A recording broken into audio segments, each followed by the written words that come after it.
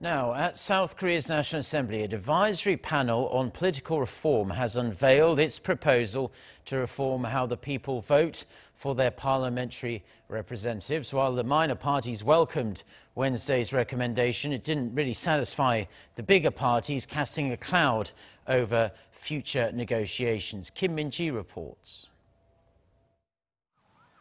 For some time, a hot potato at the National Assembly has been how to revamp the country's electoral system, especially with the general elections taking place in April next year. Amid slow progress in negotiations between the rival parties, a panel of advisors to the Parliament's Special Committee on Political Reform unveiled its recommendation on Wednesday, which would strengthen proportional representation. Currently, in the 300-member National Assembly, there are 253 seats that go to the individual candidate who gets the most votes in his or her district, while the other 47 are based on a nationwide vote by party preference. The people want elections to be more proportional and representative.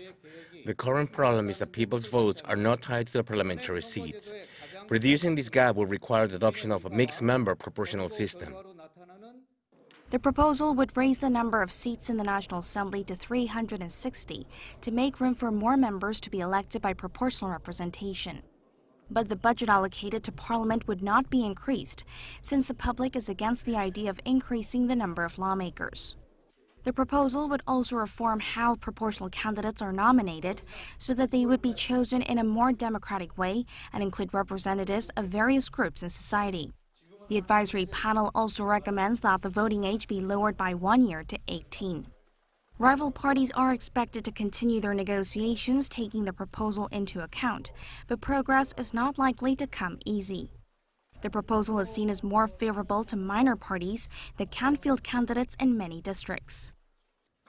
All the parties should lay out their positions after reviewing the proposal and do everything possible to reach a conclusion on this matter.